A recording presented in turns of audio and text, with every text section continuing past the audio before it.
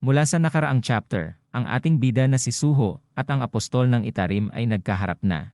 Mula sa bagong chapter, si Suho ay nakatanggap ng kinakailangang quest mula sa kanyang system, at ito ay walang iba kundi ang talunin ang kalaban na si Lee Min-sung at kunin ang alaala nito.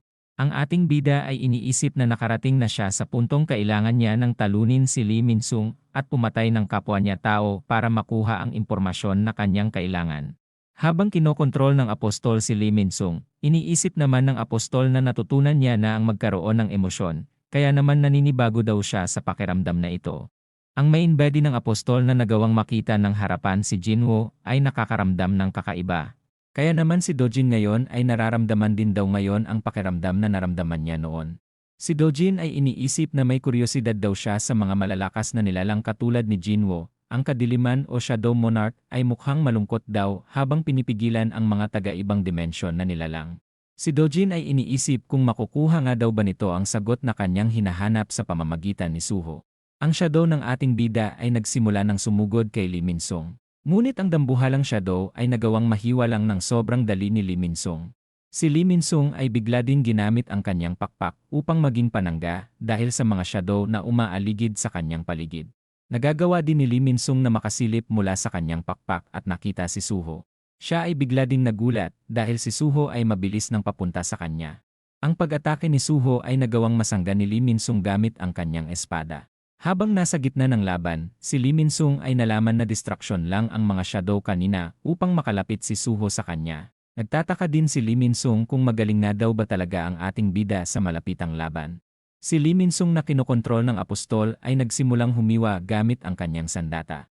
Si Esil ay nagawang makapunta sa likod ni Lee Min-sung, ngunit ang atake ni Esil ay nagawa namang maiwasan nito. Agad niya ding nahuli ang sandata ni Esil, at napansin na hindi daw isa si Esil sa mga shadow soldier ni Suho. Habang kinakabahan si Esil, ang ating bida naman ay mabilis na sinipa si Lee Min-sung sa mukha ng malakas.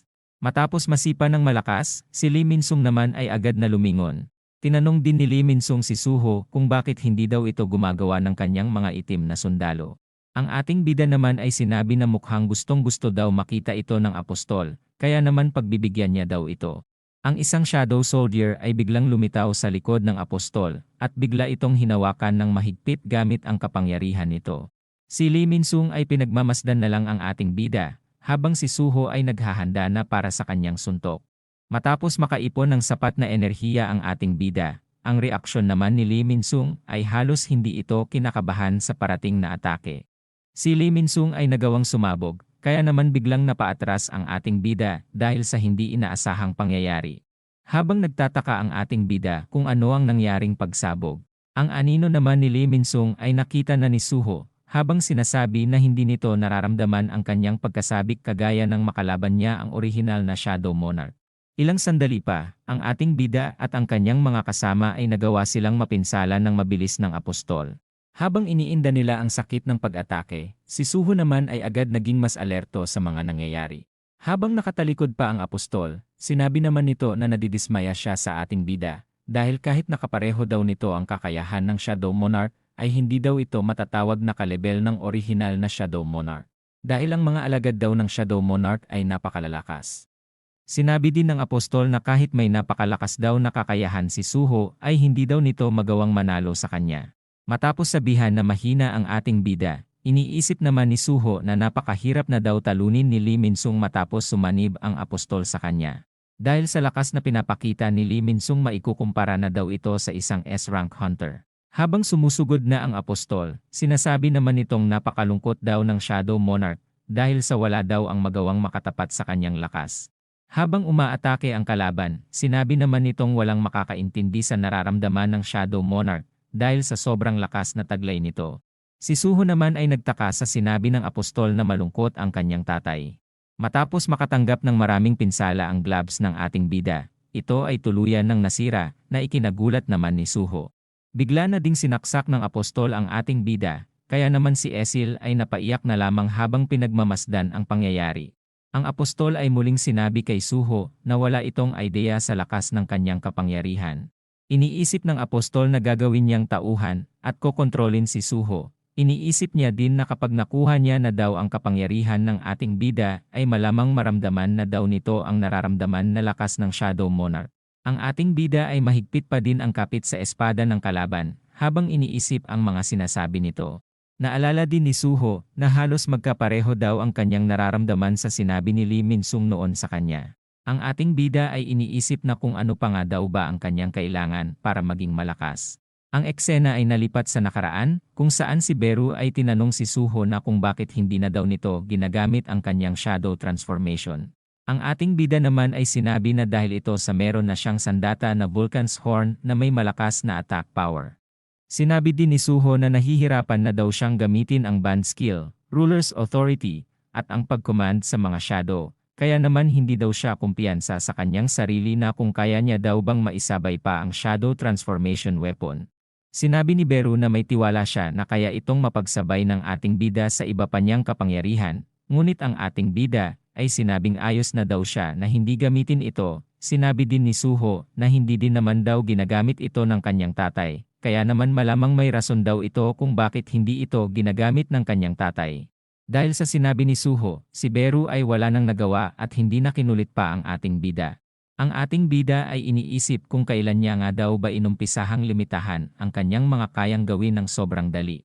Habang nagdodrawing ang ating bida, iniisip niya din na naging nakasanayan niya na daw ang limitahan ang kanyang sarili simula pa noong hindi pa siya awaken.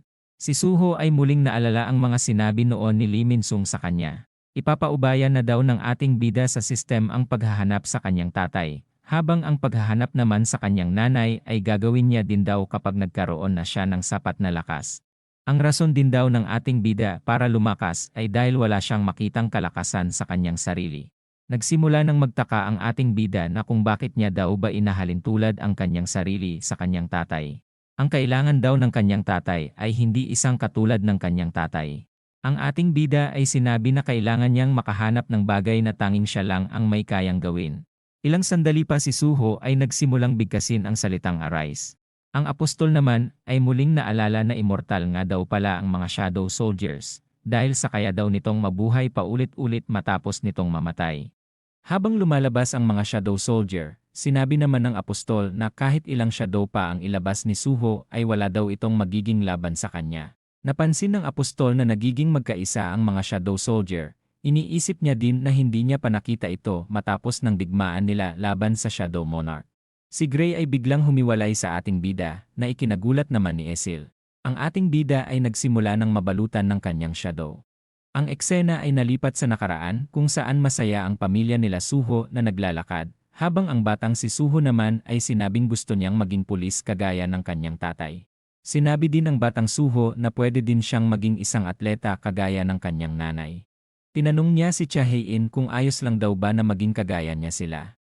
Si Chahain ay sinabing napakadesisyon na sila simula noon kung ano nga daw ba ang magiging future ni Suho, at ito ay ang pagiging malaya daw ni Suho na piliin kung ano ang kanyang magiging kahit anong gusto. Ang batang Suho naman ay sinabi na gusto niya pa ring maging katulad ng kanyang nanay at tatay na astig at malakas. Si Chahain naman ay sinabing ayos lang ito kung ito ang gusto niya. Ngunit kailangan daw siguraduhin daw ng mabuti ni Suho ang kanyang desisyon kung ito nga daw ba ang kanyang gusto. Ang ating bida ay nagtaka kung bakit niya naalala ang mga sinabi sa kanya ng kanyang nanay noon, na pagtanto din ng ating bida na sinusundan niya lang ang yapak ng kanyang tatay, kesa tanungin na muna ang kanyang sarili kung saan nga daw ba siya magaling. Ang eksena ay nalipat kay Dogyun at ito ay namamangha dahil sa drawing ni Suho. Ang ating bida naman ay sinabing hindi gaanong nakakabilib ang kanyang drawing, ngunit si Dogyun naman ay sinabing may espesyal sa drawing ni Suho. Si Dogyun ay sinabing mas nakikitaan niya daw ng kalayaan si Suho sa pagguhit ng mga ganitong klaseng bagay. Si Dogyun ay tinanong din ang isang larawan na kung isa pa nga daw bang langgam ang isang ito. Ang ating bida ay iniisip na malamang nakuha niya ang shadow form change dahil sa kanyang sariling karakter. Dahil sa hilig niya sa pagdrawing ng malaya ng kung anong maisipan niya. Mukhang nagdulot daw ito para sa kanyang sariling fighting style, dahil sa pagiging compatible ng kanyang fighting style sa system. Ang ating bida ay patuloy pa din binabalutan ng kanyang mga shadow. Si Beru ay napansin din na patuloy pa din binabalutan si Suho ng mga shadow soldiers, ngunit mukhang nahihirapan daw ito bumuo ng kung anong bagay. Ang cute na si Esil naman ay biglang hinawakan si Beru, habang tinatanong kung ano nga daw ba ang nangyayari sa kanilang young monarch. Si Beru naman ay sinabing hindi niya din alam ang sagot, ngunit mula sa nakikita daw ni Beru ay mukhang sinusubukan daw ni Suho na mag-level up at subukang palakasin pa ang kanyang kakayahan. Ang apostol naman ay nakakaramdam ng kakaiba sa ating bida. Dahil sa hindi niya malaman na dahilan, iniisip niyang kailangan niya ng talunin ang ating bida at ipunta ito sa kalagayan na wala na siyang magagawa. Ang shadow ni Suho ay nagsisimula ng magwala. Kaya naman biglang napaatras ang apostol. Ang apostol ay nag-umpisa ng mataranta, at iniisip na kung reawakening daw ba ang nangyayari kay Suho. Ang hiwa ng espada na natamo ng ating bida ay nagsimula ng gumaling, at si Suho ay nagsisimula na ding magbagong anyo, hanggang sa magsimula ng mabalutan ang kanyang buong braso. Ang ating bida ay iniisip na ang shadow form change ay mukhang isa sa mga katangian ng mga shadow. Habang pasugod ang isang shadow sa apostol, iniisip niya namang magagamit niya ang kapangyarihan na ito para matalo ang kanyang kalaban. Ang apostol ay nagsimulang humiwa gamit ang kanyang sandata, ngunit mula sa kanyang likod ay may nagsimula na namang lumitaw na kakaibang shadow. Matapos umatake ng shadow soldier, ito ay nagulat dahil sa madali lamang na napigilan ng apostol ang pag-attack, habang muling sinasabi na wala daw magagawa sa kanya ang mga shadow soldier ni Suho. Matapos humiwa ng maraming beses, ang apostol ay nakaramdam ng kakaiba. Ang ating bida ay naglalabas ng matinding aura, at sinabi na kung hindi pa daw gagana ang kanyang susunod na gagawin ay sigurado na daw na matatalo na siya kay Lee Min-sung. Ang band skill ni Esil at ni Suho ay nagsimula ng mag-activate. Ang ating bida ay biglang nawala sa kanyang kinatatayuan, at mabilis na napunta sa harapan ng apostol. Habang iniisip na napakadelikado ng mana na lumalabas sa ating bida, ang dalawa naman ay nag-umpisa ng maglaban, habang sinasabi ng apostol na hindi daw gagana ang halatadong pag-atake ni Suho sa kanya. Ang ating bida ay nagkaroon ng pinsala sa kanilang palitan ng mga atake. Ang apostol ay sinabi na malamang na kaya pa naman daw siguro ng ating bida na gamitin ang kanyang kapangyarihan kapag tinanggalan niya ito ng mga paa. Ang ating bida ay tila wala ng malay, ngunit biglang nagliwanag ang mga mata nito, at sinabing posibleng mangyari daw pala ito sa kanyang kapangyarihan. Mula sa likod ng apostol ay may lumitaw na shadow, at ito ay biglang natamaan ng malakas ang pagmumukha ni Lee Min-sung. Ang puwersang ito ay nagawang mapatalsik ng malayo ang apostol, at nagawang mawasak ang pinagtalsikan nito. Matapos tumilapon ng malayo ang katawan ni Lee Min-sung, si Dojin naman o ang apostol ay biglang napinsala. Sinabi din ng apostol na ang kakayahan daw na ilipat ang kakayahan sa isang shadow soldier ay hindi pa daw niya noon nakita sa shadow monarch. Ang apostol ay iniisip na hindi lumalabas ang mga gusto niyang sabihin, kaya naman mukhang nawasak daw ang panga ni Lee Min-sung. Ang katawan daw ni Lee Min-sung ay kaya pang gumalaw, kaya naman kung isasakripisyo niya daw ang buhay ni Lee Min-sung para tapusin si Suho ay wala na daw siyang pakialam. Si Lee Min-sung ay muling nabalik sa kanyang katinuan, at iniisip na kung si Suho nga daw ba ang may kagagawan kung bakit siya nasa ganitong kalagayan ngayon.